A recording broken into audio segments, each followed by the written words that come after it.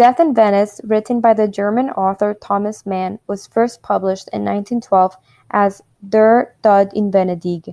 In 1971, the novella was adapted into an Italian-French drama film directed by Luchino Visconti and starring Dirk Bogarde. For those of you who haven't had the pleasure of reading or watching Death in Venice, the story follows Gustav von Aschenbach, a successful celebrated German writer in the novella and the composer in the film, who feels an overwhelming urge to travel from Munich to Venice. During his trip, we witness how this self-repressed man completely loses control as he becomes obsessed with the astonishing beauty of a teenage Polish boy named Tadzio. As the movie progresses, Gustav falls in love with the boy. He never actually comes in contact with the boy, but he watches him from afar and secretly follows him around Venice. This voyage to Venice lets the self-repressed writer experience for the first time true ecstasy, and of course this is not surprising as he is in the city of freedom and tolerance. It is possible that Gustav fell into the whole Siamo in Venezia attitude, and for the first time in his life he allows himself to feel those strong emotions he has repressed his whole life.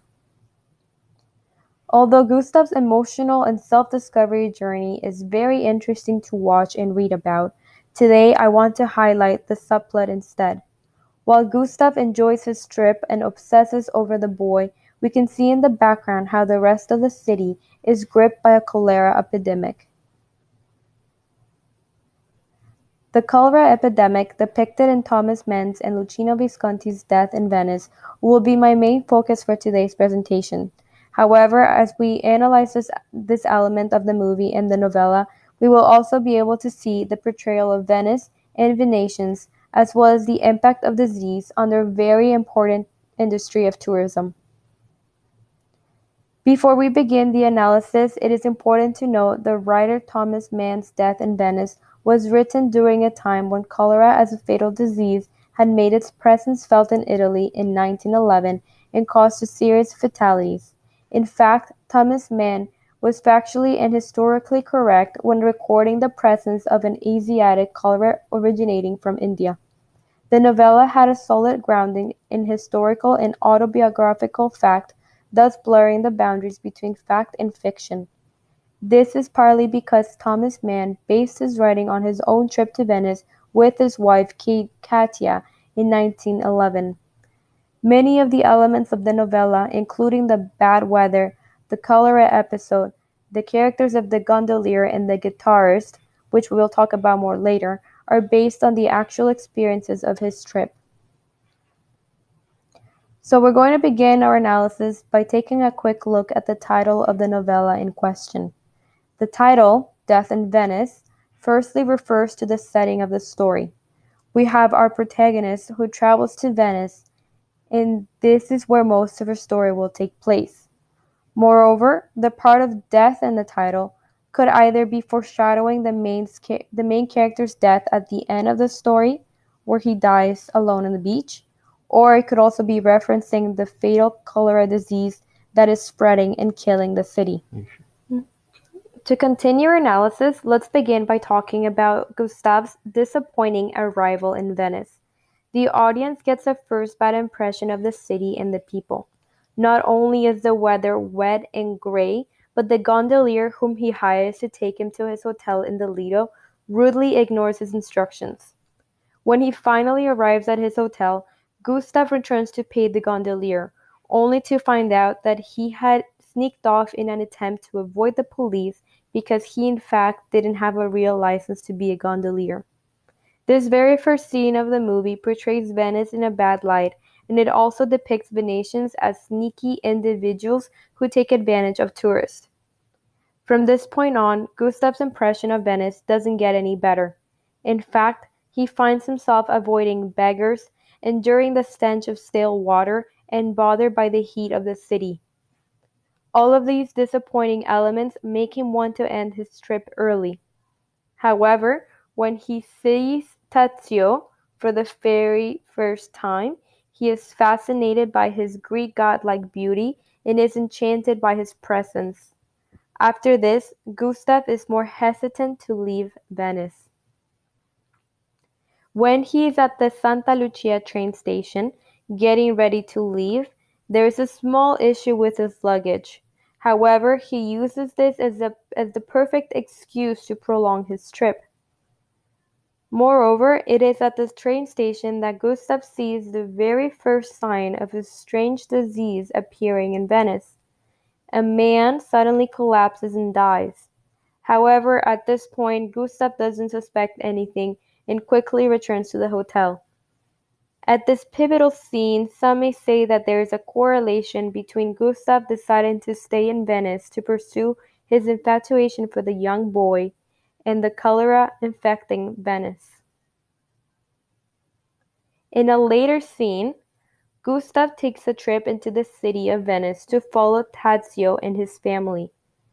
However, in the background, we can see that there are plenty of discreetly placed notices from the health department warning of an specified disease and advising people to avoid eating shellfish. Gustav takes notice of an unfamiliar liquid that's being poured on the bridges and walls, as well as a strange odor everywhere in the city. He of course will later realize that this is some sort of disinfectant. However, as you can see, when Gustav confronts a Venetian man about the weird smell, the man completely ignores him.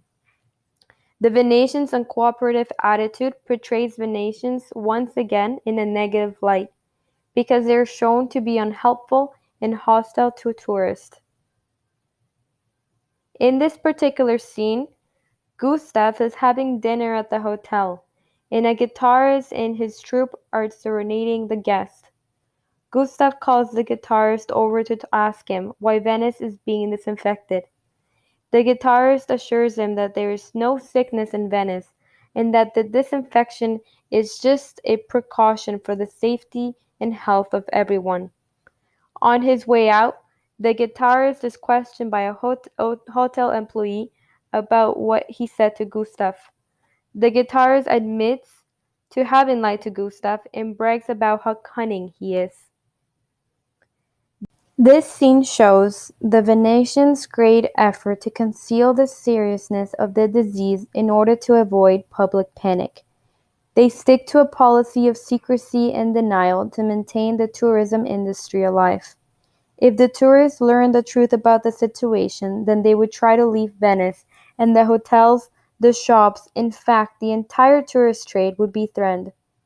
This scene portrays Venice as a place of artifice, deceit, and corruption, because Venetians would gladly let tourists wander around the city oblivious to the dangers in order to preserve commerce.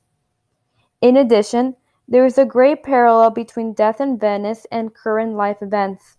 Unlike Venetians in Death in Venice who hid the disease from the public eye, in the real world we were quickly made aware of the troubling situation concerning COVID-19.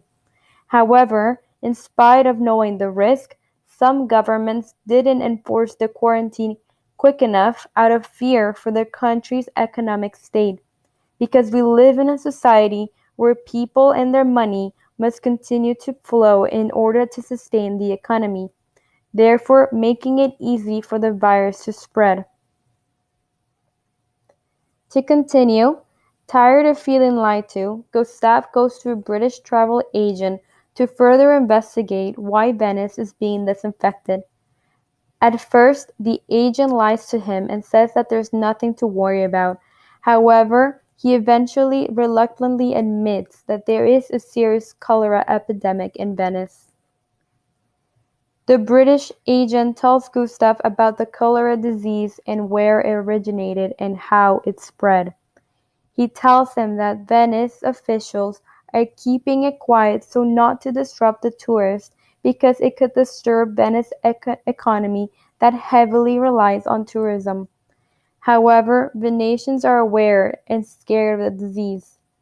The British man urges Gustav to leave immediately if he wants to live.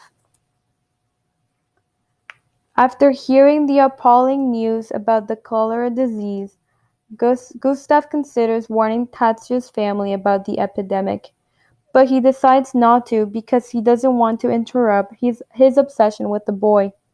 His emotional attachment to Tadzio prevents him from encouraging the family to leave.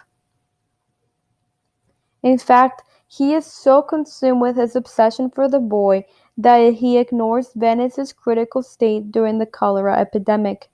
For example, in this scene, we have Gustav following Tadzio and his family, neglecting to notice the burned corpses on the streets. Instead of fleeing Venice like he was strongly advised to, Gustav gives in to his desire of watching the boy from afar, risking his life. Here we can see once again how death in Venice is relevant to today's events, because just like Gustav, there are so many people right now who would rather pretend that COVID-19 isn't serious so that they can continue to satisfy their selfish desires. They don't care if they put others in danger. They want to continue living their lives as if the coronavirus was non-existent. In comparison, Gustav is selfish and delusional because he would rather risk his and Tadzio's lives just so he can feel the pleasure of observing and lusting after Tadzio.